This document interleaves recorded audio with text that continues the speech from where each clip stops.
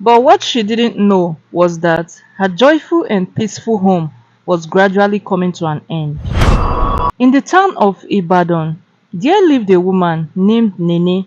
She's a very beautiful old woman, a single mother who has spent most of her life raising her children and taking care of her family.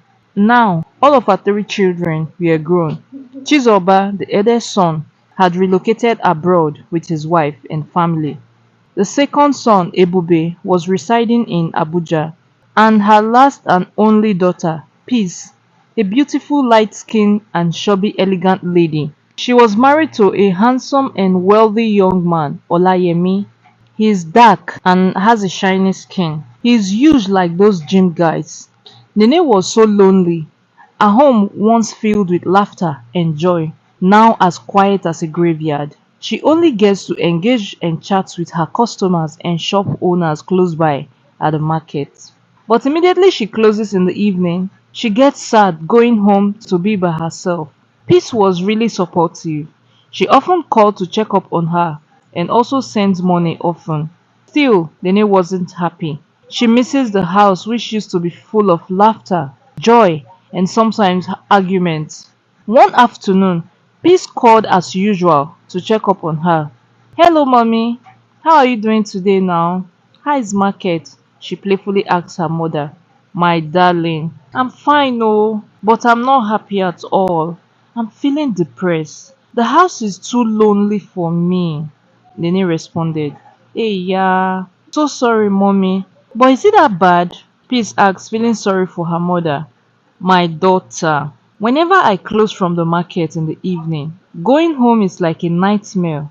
Nene and Peace got deep on the phone. "Okay, mommy, wait, my husband is back. Let me discuss with him and I'll call you back," Peace said. After she dropped her phone, she could feel the loneliness her mother was facing. "I can't allow my mother to suffer in loneliness," so she murmured.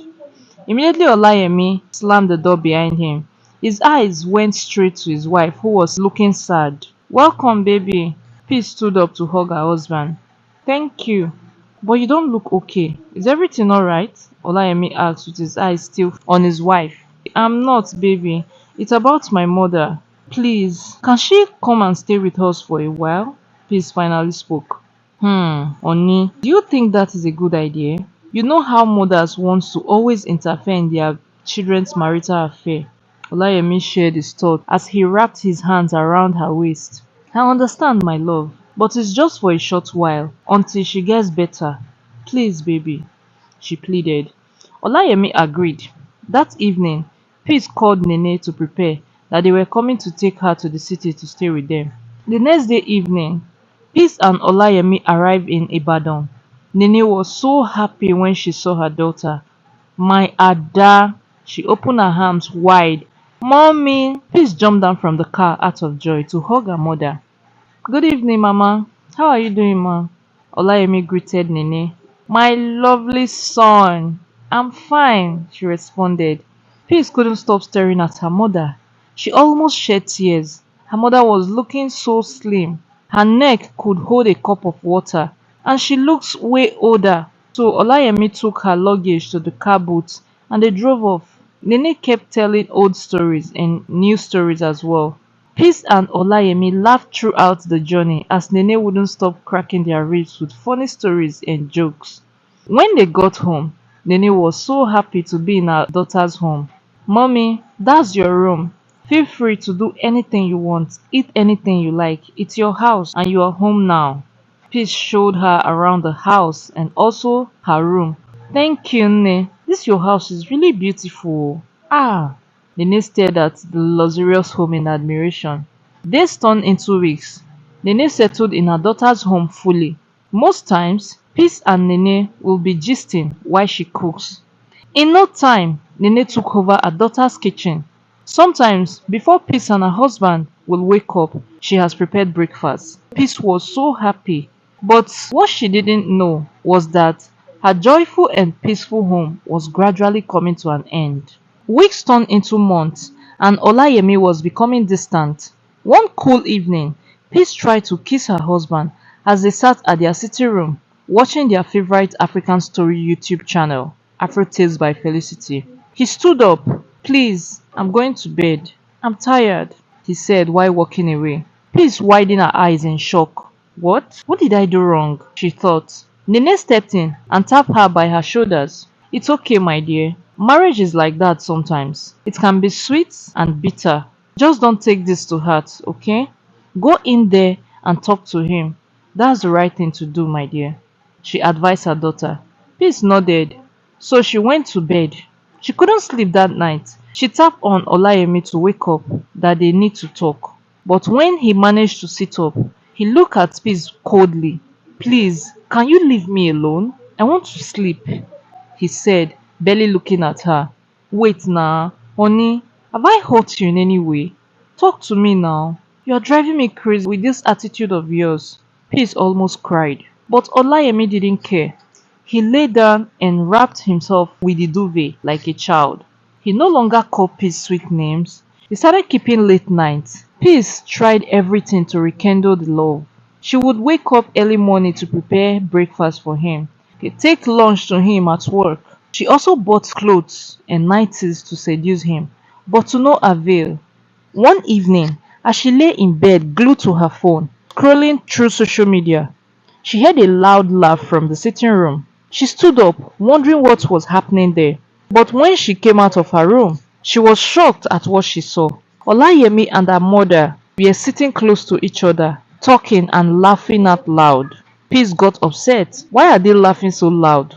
What are they even discussing that is so funny? She went back to bed. Sometimes, when Peace bumped into them while they were discussing, they will keep quiet. Let it not be what I'm thinking, oh.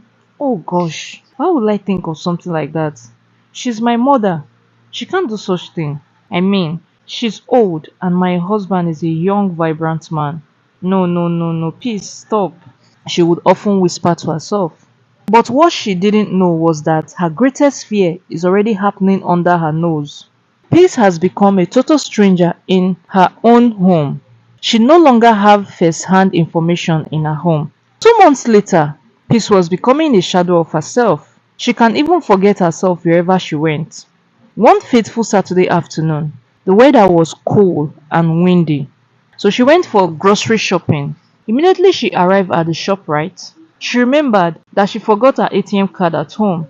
Oh my god, not again. The ATM card should be at my bedside drawer, she thought. She started her car and drove back home. Immediately she entered the house, she felt a little bit of unease, but she shook it off. While she walked past her mother's room, her eyes caught something as the door was slightly open. She stopped, her eyes scanning through the room. She entered and what she saw this time made her legs unstable. She saw a pair of designer shoes in a white package box with a sharp golden write-up on it. Versace. She was lost in thought for a moment. She knows her mother is not really a materialistic woman. And besides, where did her mother get such money to buy such expensive shoe? Nene walked in from the bathroom with a towel wrapped around her chest. My Ada, you forgot something? Nene asked. Yes, I forgot my ATM card. But mommy, who owns this designer shoe? She asked with so much eagerness. My best friend's child that lives abroad sent it to me. She lied. Oh, okay. I'm going to get my card. Peace walked away. As she walked to her room, the words, "It's my best friend's child that lives abroad sent it to me," started ringing in her head. Her mother hasn't made mention of any best friend that has a child that lives abroad. What's going on? She buried herself in thought for a moment. Then she took her ATM card and drove back to the ShopRite. She spent more than 2 hours doing groceries. As she drove home, she felt unease. She couldn't understand what it was about. But when she got home, everywhere was quiet. She wanted to call out her mother, knowing she was the only person at home. But something whispered to her not to do that. So she walked straight to her mother's room. As she was approaching the door, she heard a sound. She moved closely, her legs shaking, and then she pushed the door. She finally saw what she wasn't supposed to see. Her darling husband and her mother was in bed in an abominable position. They were knacking. What? Peace screamed. She felt something sharp pierce through her heart. She stood there staring at them for a moment, totally confused of what to say or do. Nene couldn't look at her daughter in the eyes. Olayemi, on the other hand, tried to speak. Baby, I can explain. It's not what you think, please, he said, looking guilty. Peace screamed painfully, and then she ran out of the room. Olayemi ran after her. Peace jumping down the staircase without observing. She missed a step and slipped. She heard a loud sound in her head, and then everything went black. Blood flooded the floor like the Red Sea. Peace was gone. Olayemi screamed, Peace! No, no, no, no, please wake up! I'm sorry! Nene, on the other hand, knelt down with her hands on her head. She shouted, crying, I am finished! I am finished, oh! Hey! Olayemi quickly carried Peace to the car and they drove to the hospital. After a while, the doctor confirmed that Peace was gone before they arrived. My Ada is gone? Hey! What have I done? Hey! Nene cried. Few days later, Peace's brother arrested Olayemi twice, accusing him of killing their sister. Despite the police investigation, they were unable to find justice, but karma promised to take its course in no time. A month later, Peace was laid to rest. After the burial, the Chizoba, Peace's elder brother, told Nene to join him to travel back and stay with him and his family abroad. But she refused. Unknowingly to him, his mother has a plan. Nene and Olayemi became distant for a while due to guilt and shame. Olayemi missed his wife so much. He would often reflect on beautiful memories with his wife before his wicked mother-in-law showed up and destroyed them. You need to move on. You can't continue to mourn your wife forever. You're still a young man, Nene advised Olayemi one evening. He responded. Few months later, they became so much connected to each other. Nene was happy. Finally, he now have Olayemi all to herself. But unknowingly to her, karma was almost at their door. Nene and Olayemi finally made their relationship official, though they never flaunted it to the public. Then they got married secretly. She flaunted her ring around the house like she has won a lottery. Mrs. Olayemi, she would often praise herself, looking at herself in the mirror in admiration. Days turned into weeks. Olayemi started changing. He started keeping late nights, avoiding her. He doesn't eat her food anymore. One night, as Olayemi came back from work, preparing to go to bed, she asked him, You are avoiding me, right? But why? What changed? Olayemi responded with so much anger and disgust. Avoiding you? You irritate me. What was I even thinking when I married an old wicked woman like you? You made me commit an abominable act that took the life of my dearly wife. Were you using charm on me? See, old woman, time you leave this house, or I will relocate and leave you here. Nene felt a sharp pain in her heart. At that point, she knew she had lost everything. She could almost hear her daughter's voice laughing at her. Olayemi left the house that night. The next morning, he came back with a beautiful young girl.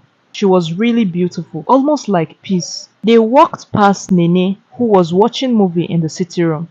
She almost stood up to stop them, but then something held her back. That night, she couldn't sleep. No, I can't lose Olayemi. I love him so much, she murmured. Started plotting something dark, something evil.